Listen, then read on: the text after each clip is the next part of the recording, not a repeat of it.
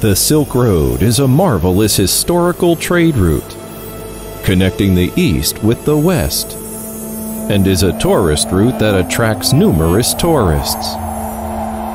During the route's prosperous period, brave trade caravans started from Chang'an, a capital of ancient China, passed through the He corridor, crossed over the Pamirs, and eventually reached Europe.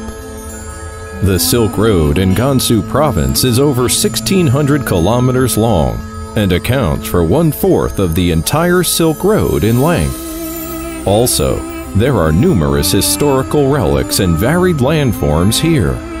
So Gansu is called the golden part of the Silk Road.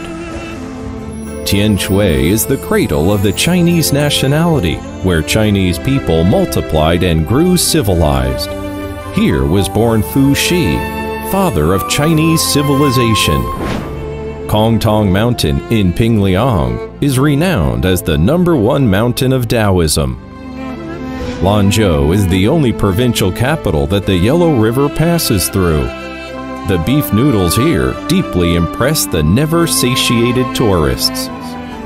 The Yellow River Stone Forest in Jingtai is a grand and magnificent canyon stone forest within the long, winding Yellow River. In northern China, there are 3 gorges of the Yellow River, whereas in southern China, there are 3 gorges of the Changjiang River. Here you can see the well-known Bingling Grottos.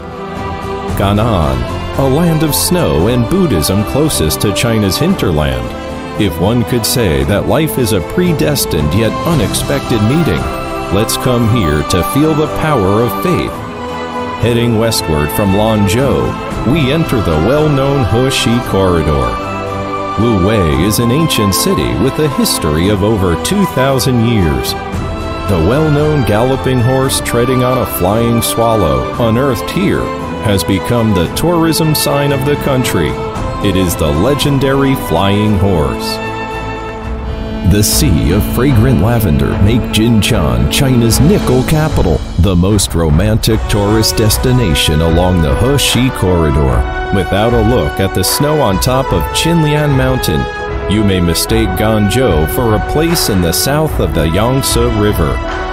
These 2 poetic lines talk about Zhangye, an oasis in the Gobi Desert, which is well known for its colorful rock mountains in the Zhangye Danxie Landform Geological Park, one of the world's top 10 geographic wonders. In addition, in Zhangye, there is the largest and oldest royal stud farm in Asia. In ancient times, there were flying apsaras, and in modern times, there is the aerospace industry. This makes a vivid description of Juqian.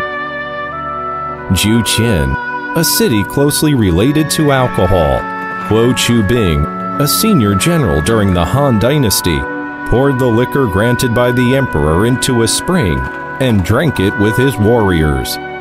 Since then, the city has been called Juqian.